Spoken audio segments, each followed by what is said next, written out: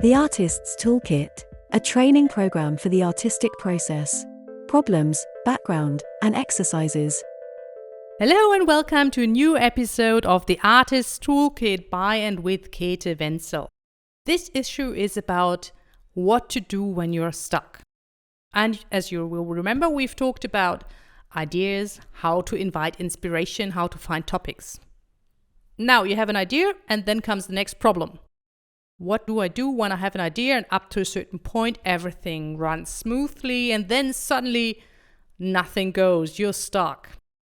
You know, these are kind of three standard situations. In principle, it's a bit like The Art of War by Sun Tzu. There is advancing, there is retreating, and there is pausing, abiding, keeping your position. For example, you have no idea or you feel as if nothing works. Then you drop it, or you start something else, or you do something entirely different, or you pause. So what when you have too many ideas at once and you can't handle them? Or what is when nothing comes up and you're stuck and you can't move? Those are the three basic situations, also for creative work, and every one of you needs to find his, her, their own recipes to deal with this kind of situation. The earlier you learn it, the better. And really, secretly, I think that's kind of my aim. I want you, after 24 podcast episodes, to have at least two lists. List A, what do I do, I personally, to invite inspiration? And B, what do I do when I am stuck? And if you have recipes for these two situations, I think you can probably practically manage every project that comes your way. I think that's the basis. If you know how to do this, you can probably write PhDs, you can make big installations, you can even build houses, save marriages, raise children, found or destroy empires, whatever is your aim, you know. And I promise you that these two lists are going to seriously help you. The Artist's Toolkit. So, we've talked about activating, about starting, but today is about how to continue.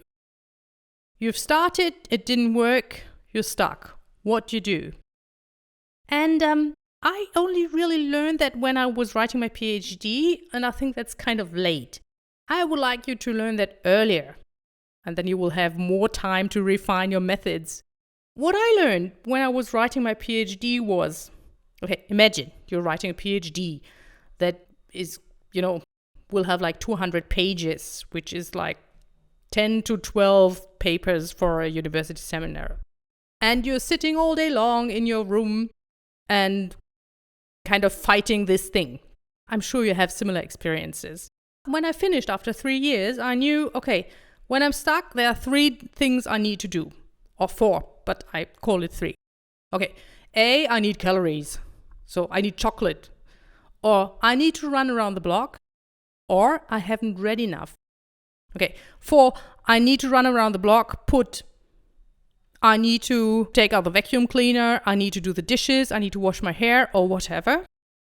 So there were 3 possibilities. Either add energy, you know that nothing works, and you either need to clean the flat, or you need to eat a lot of chocolate, or whatever. So it's either add energy, or second, some kind of monotonous activity. Does it ring a bell? Which has nothing to do with whatever you're really supposed to be doing. And number 3, input. That's also important.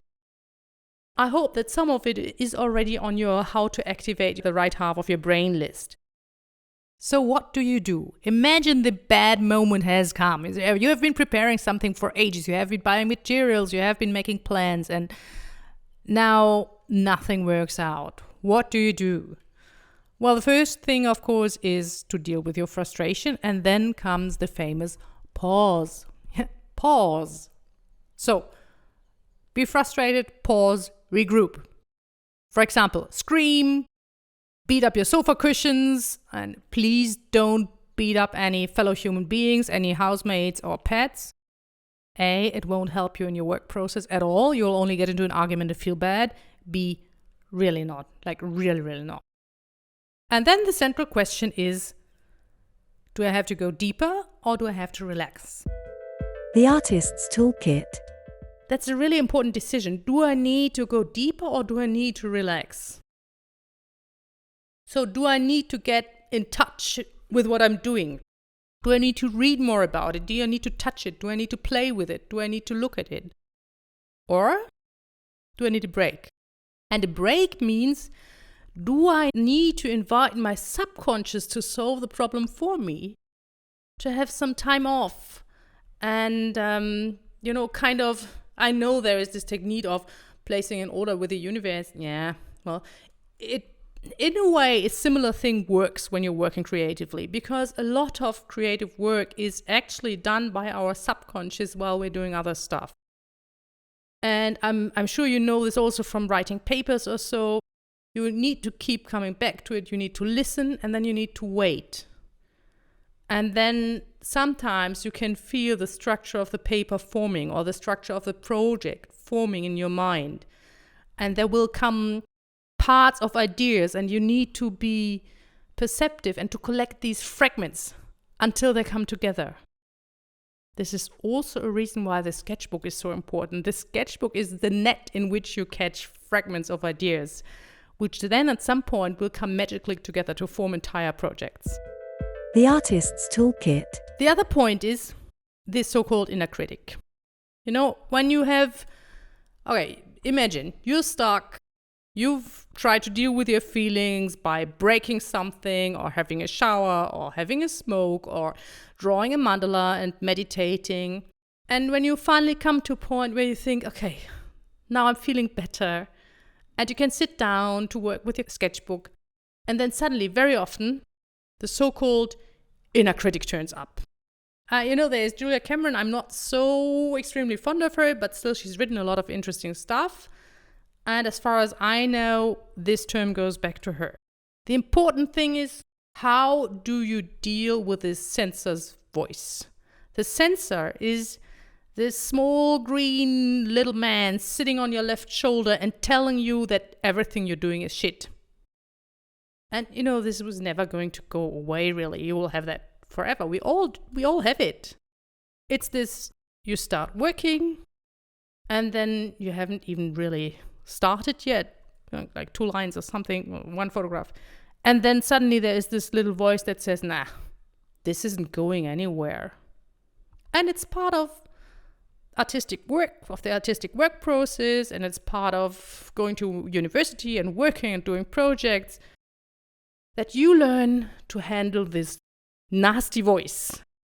And one tip that is actually by Julia Cameron is give up responsibility.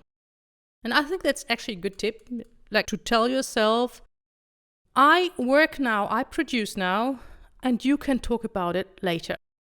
Because this little sensor, which is probably connected to the left half of the brain, sounds like it, it's not intrinsically bad. It's not bad in and of itself. You do something, you work. It's good when you've done the first part, and it's good when you look at it in a different mode and you're critical about it. Once you've created, you've produced something, and then you go over it again and you check what here is good, what works, what can I use, what is up to my criteria of good quality, and what isn't, what has to go, which sentences are bad, which drawings are bad, which ideas don't work, what has to go. That is the moment, that is the legitimate moment where the censor is allowed to talk. For the rest of the time, that little green figure has to shut up. Because when the censor keeps you from producing material that you can later revise, then you have nothing to work with. And also, if you're just starting, you need to create mass first, sort it later, criticize later, delete later. And this is a fundamental principle with basically every type of creative work. Produce first. Create variations, try out stuff. Get away from the idea that it needs to work out the first time. Just make 5 drawings, make 50 photographs. And if you make 50 drawings and 49 are shit, then you still have one that's really good. That's perfect. That's perfectly all right. It's part of the creative work process. It's part of it that you produce material and then you go through it and you sort through it and you decide what's good, what can stay, and what has to go. And this is what you tell the censor when it turns up early. You tell it, you shut up, I will need you later. But for now, I'm creating mass and material, and for now, I don't give a shit about quality. I just work now. We look at quality later, okay?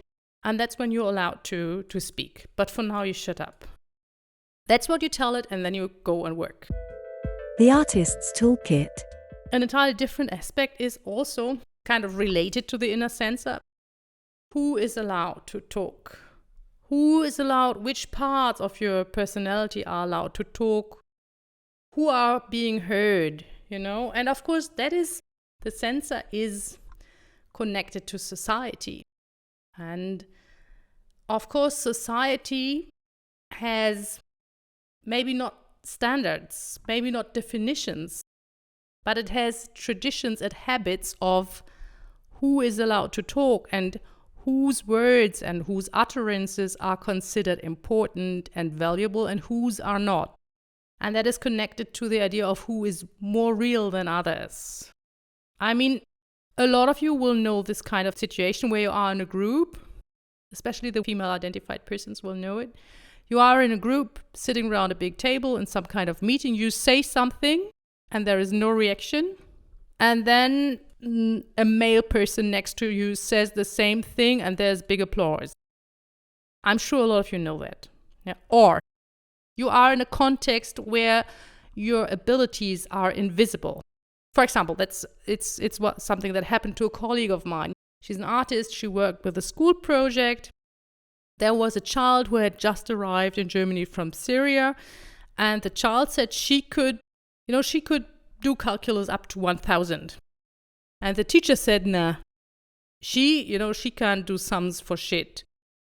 And then it turns out she can indeed do her sums, but she uses Indian numbers.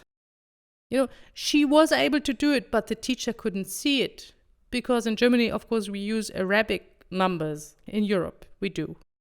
So she was able to do it, but the teacher couldn't see it. And the child to her was less real than the children that were in the same cultural context as she was.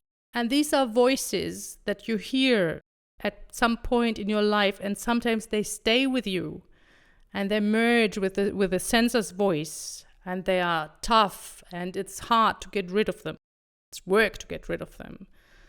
Yeah, these moments in your life where people tell you that you're not real, or that you don't know how to do stuff, even though maybe you know.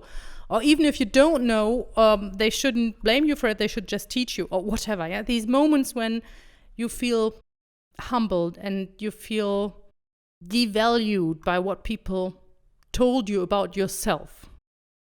Okay, and these moments stay with you. And the fact is that our societies are structured in a way where certain people statistically have an advantage. But maybe in different ways. It's worth looking at it. So, for example, as you all know, in a lot of situations, if you want to be heard and if you want to get attention and space, it probably helps to be male. Though, there are a lot of situations where even being male is not enough, where you have to be the right kind of male, where you can't be puny or gay or trans or chronically ill or poor or barely educated or whatever. So, yes, being male statistically definitely helps. But also, honestly, so far I've never met anyone who hasn't got these voices and who hasn't been humiliated and devalued in their lives and as children, and who hasn't been told that they're inadequate and that don't know how to do things, and who hasn't got to deal with their censor, with their inner censor. And yes, being male helps, but there are also other privileges. And yes, how are we to deal with this? It's really problematic. I think the point is, count your own privileges, use them, share them, and fight the censors in yourself and help others fight theirs. Fight them together. Exercise. Today's exercises are about A. Please think back. Can you remember moments that still hurt? And I know it's hard work going back there and it sucks. Can you remember moments that still hurt where somebody told you you weren't up to it? Or, you didn't cut it. You telling you couldn't do something. You were not good enough. And it still hurts. And can you localize it in your body? And please write it down. Please write it down. Write it down, A, from your perspective. Write it down from the perspective of the person who diminished you. And then write it down as a newspaper article and then burn it. Okay? And if you can remember a situation like that and you remember that you found a solution for that feeling and it doesn't hurt so much anymore, then please, how did you solve it? I know that's a hard exercise, but I promise you it's going to help. Think back, identify the situations, and then write about it from 3 perspectives. Write about it from your perspective, write about it from the perspective of the person that made you feel devalued, and then write about it as a newspaper article, and then please tell it to someone, tell it to a friend, and burn it. That's exercise number 1. And exercise number 2 is please make a list about activities that help you when you're feeling stuck. A lot of these, may be similar to your first list, which is about getting started, but there is probably also a lot of stuff that isn't on the first list. It's okay if they kind of overlap, but please remember that these are 2 different lists. It's 2 different energies. Starting is a very different energy from continuing, from sticking to it. Yeah?